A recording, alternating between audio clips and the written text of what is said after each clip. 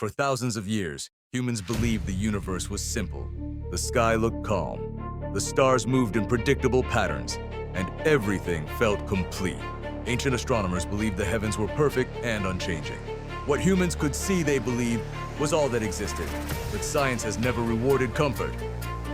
It rewards curiosity. And the moment humans began to measure the universe, instead of just observing it, reality started to fall apart. In 1933, an astronomer named Fritz Zwicky was studying a massive group of galaxies known as the Coma Cluster. Zwicky was brilliant, outspoken, and often ignored by his peers. He trusted numbers more than opinions. When he measured how fast the galaxies inside the cluster were moving, he found something deeply disturbing.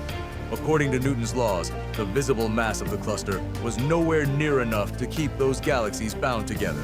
They were moving so fast that the entire cluster should have torn itself apart billions of years ago. But it hadn't. Zwicky repeated the calculations again and again. Each time, the answer stayed the same. There was far more mass than anyone could see. In his paper, he used a term that sounded almost absurd at the time. Dark matter, invisible matter, matter that produced gravity, but no light. Most scientists dismissed the idea. Invisible mass sounded like a mistake, not a discovery. Zwicky was largely ignored, but the universe was not finished with this idea. Decades later, another scientist encountered the same impossible numbers. Her name was Vera Rubin. Rubin studied how stars move inside spiral galaxies. Physics predicted something simple. Stars closer to the center should orbit faster, and stars farther away should move slower, just like planets in the solar system. But when Rubin measured galaxy rotation curves, she saw something that should not exist. The rotation speed stayed flat. Stars at the edges of galaxies were moving just as fast as stars near the center. According to known physics, those stars should have flown away into intergalactic space. But they didn't. Rubin checked her instruments. She checked her calculations. She observed more galaxies. Every single one told the same story. Galaxies were surrounded by vast halos of invisible mass. Rubin's data was undeniable. Dark matter was not rare. It was everywhere. By the late 20th century, cosmologists began to understand something profound. Galaxies do not form first. Dark matter does.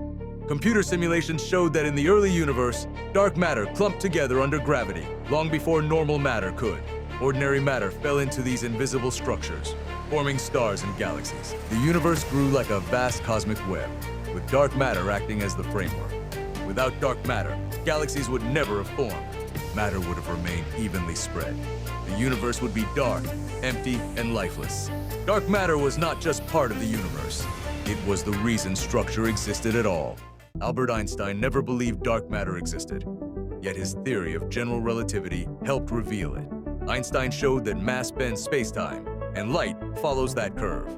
Astronomers began observing distant galaxies whose light was distorted, stretched, and bent as it passed through massive regions of space. This effect, known as gravitational lensing, allowed scientists to map mass that could not be seen. Time and again, these maps showed the same result. There was far more mass present than visible matter could explain. Dark matter was bending space-time itself, leaving fingerprints across the universe. One of the most powerful confirmations came from a cosmic event known as the Bullet Cluster. Two galaxy clusters collided at enormous speeds.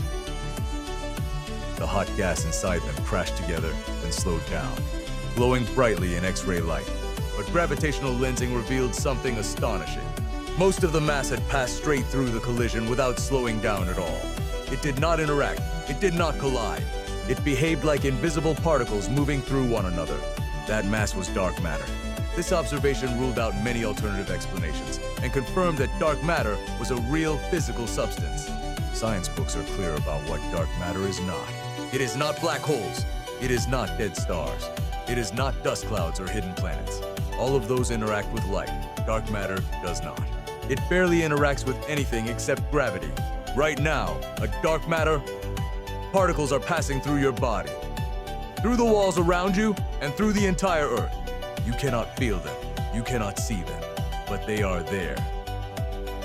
Physicists believe dark matter must be made of a new kind of particle. Leading candidates include weakly interacting massive particles, axions, and sterile neutrinos. Massive detectors have been built deep underground to shield them from cosmic radiation.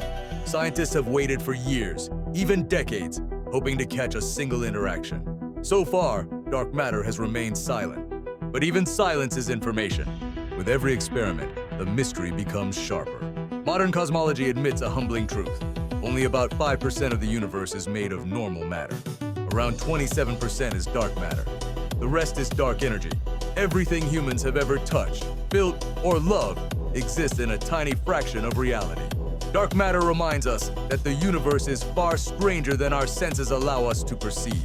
This story is not just about physics. It is about perspective. Every major scientific revolution began with something that did not make sense. The Earth was not the center of the universe. Time was not absolute. Space itself could bend. Dark matter may be the next revolution, opening the door to new physics and a deeper understanding of reality. When you look at the night sky, remember this. What you see is only the surface. Beneath the stars lies an invisible universe, silent and powerful, holding everything together. You've been watching on Infinite Cosmos.